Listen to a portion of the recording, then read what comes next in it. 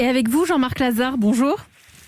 Bonjour. Vous êtes le CIO d'Open Data Soft, 65 salariés dans votre entreprise. Elle existe depuis 9 ans. Et alors, deux mots au travail, parce que vous n'avez pas attendu la crise sanitaire pour mettre en place une charte sur le télétravail dans votre entreprise, puisqu'elle existe depuis 2 ans, mais elle est plus que jamais d'actualité. Oui, c'est ça, on l'a mise en place il y a 2 ans, parce que le télétravail, c'est une forme d'organisation qui colle bien avec notre activité. Et...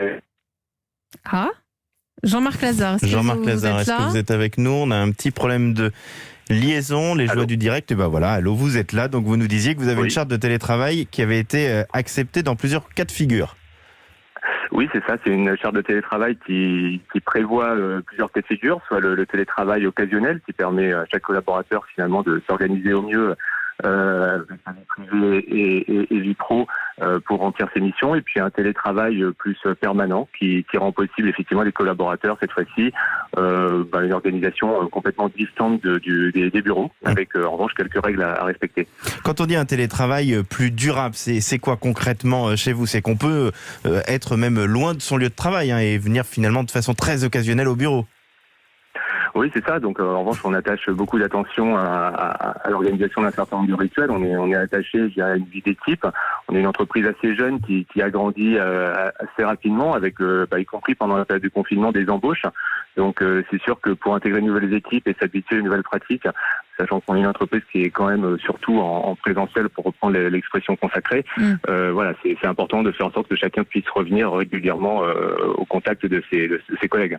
Mais alors, ce qu'il y a de particulier quand même chez vous, ça moi je ne l'ai pas encore entendu, c'est que les salariés s'organisent entre eux et il n'y a aucune obligation. Donc c'est chacun fait ce qu'il veut. Non, alors il y a une règle, on pourrait dire ça autrement, c'est-à-dire qu'il y a une règle qui est la même pour tous. C'est-à-dire que globalement, si vous avez un volant de jours de télétravail qui est autorisé pour chaque salarié, sans exception, et qui d'ailleurs va fortement évoluer là du fait de l'expérience qu'on a vécue dans le confinement. Et donc ensuite, vous déposez, comme vous déposeriez, je dirais, des demandes de congés. Et en revanche, c'est pas chacun fait ce qu'il veut, c'est chaque équipe fait ce qu'elle veut. Il y a vraiment un travail d'équipe, et avec votre manager, vous vous organisez. Vous responsabilisez vos managers.